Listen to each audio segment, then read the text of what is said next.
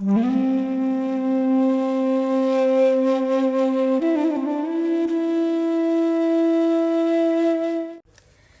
everyone, I am Ramya Shri. Welcome to my channel Ramya Jyotish.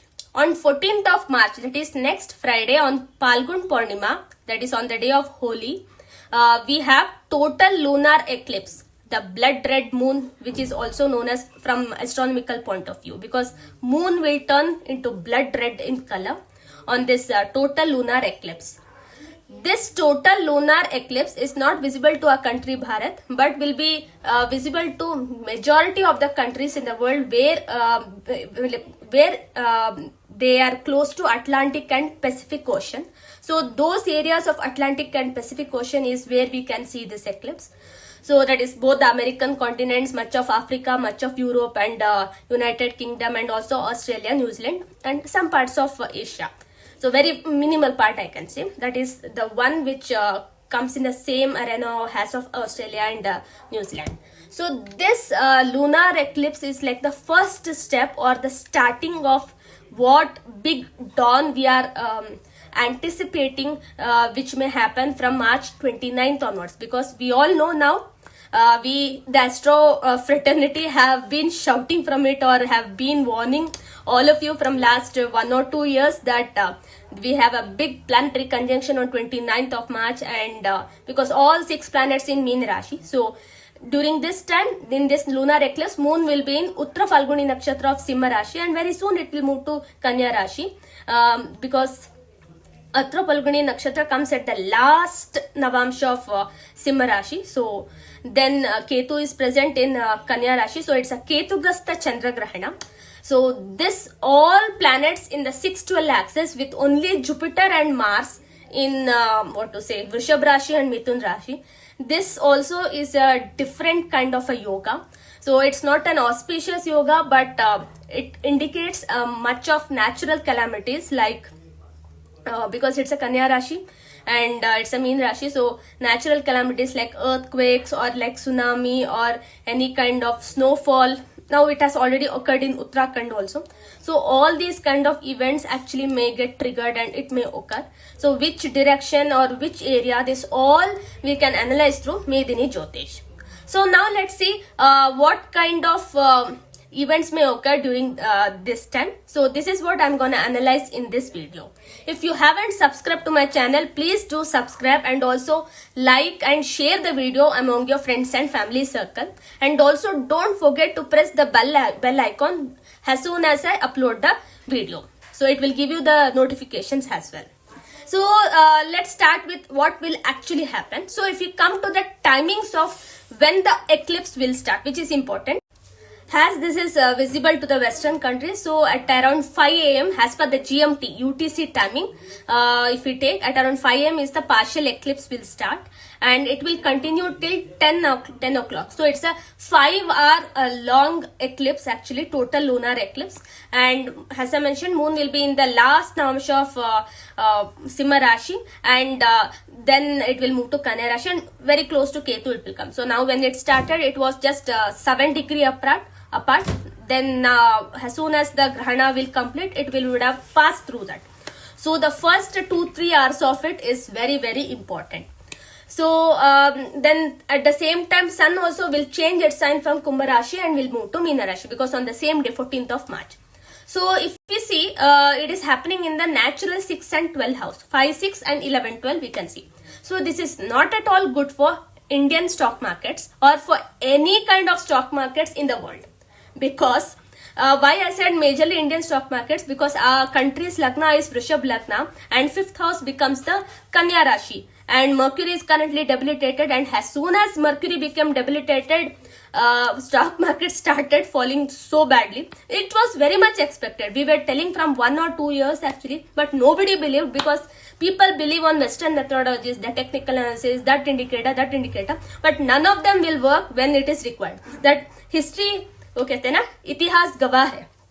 So history is a proof only for that all these Western methodologies never work whenever we require only. So it's our Sanatan Dharma which is eternal, and Vedic Jyotish from the Sanatan Dharma which has always worked and will always work.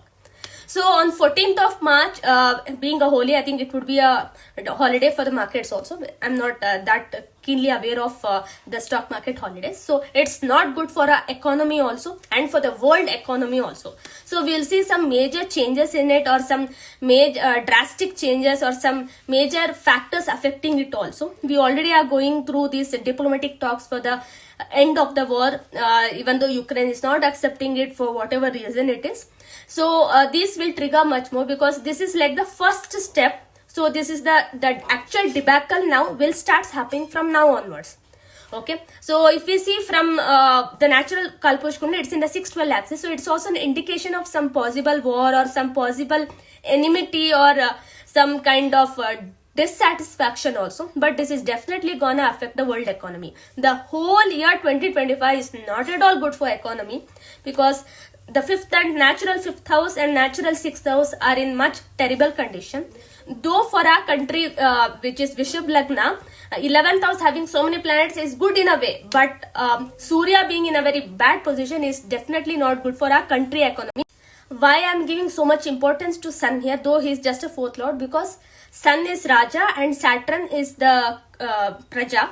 So Vrishabh Lagna is the only Lagna where Sun and Saturn are the Karaka Grahas for that Lagna. In any Lagna you take, if Sun is Karaka, Saturn won't be, or if Saturn is Karaka, Sun won't be. So both Surya and Shanidev being in a Karaka or in a benefic positions for the Lagna is possible only for Vrishabh Lagna, and for our country Bharat, having Vrishabh Lagna is like a blessing in disguise. And for that we have to tag Pandit Hardev Sharma Trivedi and also Pandit Surya Narayan Vyas, which I've already mentioned in my previous video when I was discussing on Independence Day. So now coming here to the eclipse one. So the first thing I mentioned, that is of the world economy. So it will be shattered into pieces, or it will go even more much worse than expected.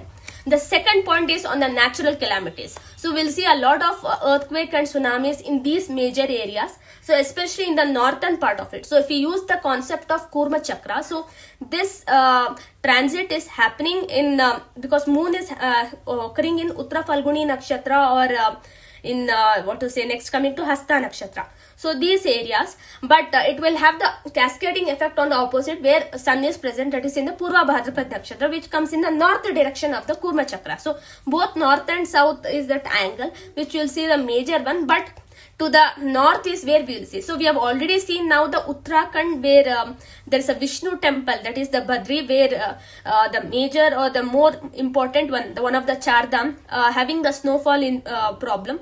So that we can see, because Pisces is the natural feet of Mahavishnu, and that's where that's also a milky ocean, because Pisces mean Rashi is a milky ocean. So much more we can see some threats to any of the Vishnu temple, or some problems near and around of Vishnu temple. So we may see any kind of tsunami or water related snowfall effect, or any kind of drastic weather changes, because Mercury is currently so weak, and now on 15th of March he will become Vakri also. So on 15th of March, when Mercury, which is already debilitated, will become Vakri, for these 3-4 days we'll see a lot of weather changes in the northern part of India, and also in other countries where snowfall is very natural, there will be huge snowfall, and it would be kind of no connections also, because Mercury is very important for technology or for any kind of communication also. So because Mercury is very close to Rahu, so he also will give the technical aspect. So during this time we may see that connections might be lost across the globe or those areas, and because of which we may see no communication or no information or broadcasting from those areas. So this kind of disconnect from the world for those places also may occur during this area, during this time. So along with this, if we see from the dasha of our country, because we are going through Chandra dasha only. So our country is at the last leg of Chandra dasha. Till June we will have Chandra dasha, and then onwards Mangal dasha or Mars dasha will start. So our dasha lord undergoing through the such a total lunar eclipse is not good for the welfare of our citizens also, because moon represents common man and common woman. So we may see in the southern part of India, we'll see a lot of mental aberrations or some dissatisfaction among the citizens, or some kind of water related issues, or over rainfall or untimely rainfall during this time. So that also may happen during this time. And also all things related to moon, that is water, mind, finances, all these things will be in a very messy kind of situation in our country during this time. So this not visible to our country will have some effects to our country, but in a very lesser intensity is what I can say. So these are the major effects which I wanted to say from Medini Jyotish, which the whole world will face during this time. I hope you like this video. Please do drop in your feedback or suggestions in the comment box. And the only remedy I would say is to chant Durga Saptashati, because for moon we say Devi Durga is the Adi Devata.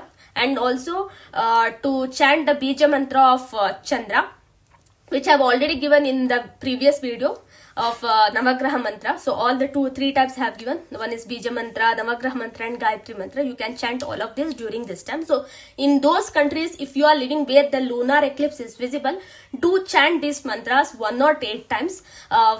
Then it would be good for you. Facing east or north would be advisable. Usually northwest is considered for moon, but I don't specifically say this direction, but north or east would be more specific or more advisable during this kind of situation. So these were the predictions of mine for this video. So I hope you like this video. If you have not subscribed, please do subscribe. It would be kind of an encouragement for me. Thank you.